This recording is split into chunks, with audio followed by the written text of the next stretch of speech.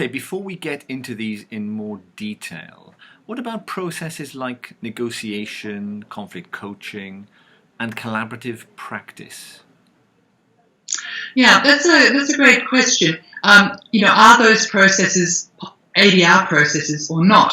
And in a number of jurisdictions, there have been serious policy discussions about this, and that's been because ADR has been traditionally defined as a field where you have an impartial third party helping disputants sort out their problems. But what happens if you don't have an impartial third party? So, for example, in negotiation, even if you've got assisted negotiation, so lawyers or other advisors helping parties negotiate, there's no third party.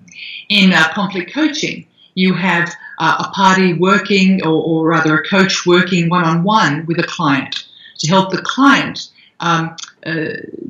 develop a strategy for managing their conflict, for example. No third party. And in collaborative practice, you embody many mediation or ADR principles, but basically the lawyers or practitioners and their clients reach a process agreement whereby they will not take the dispute to litigation, and they commit to using mediative type principles to resolve the dispute.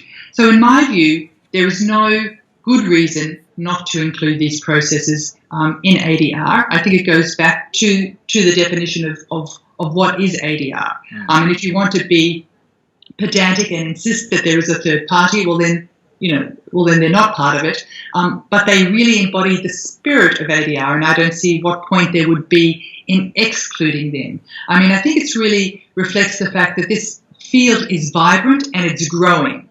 Right? And many mediators are also increasingly becoming accredited as conflict coaches or conflict management coaches.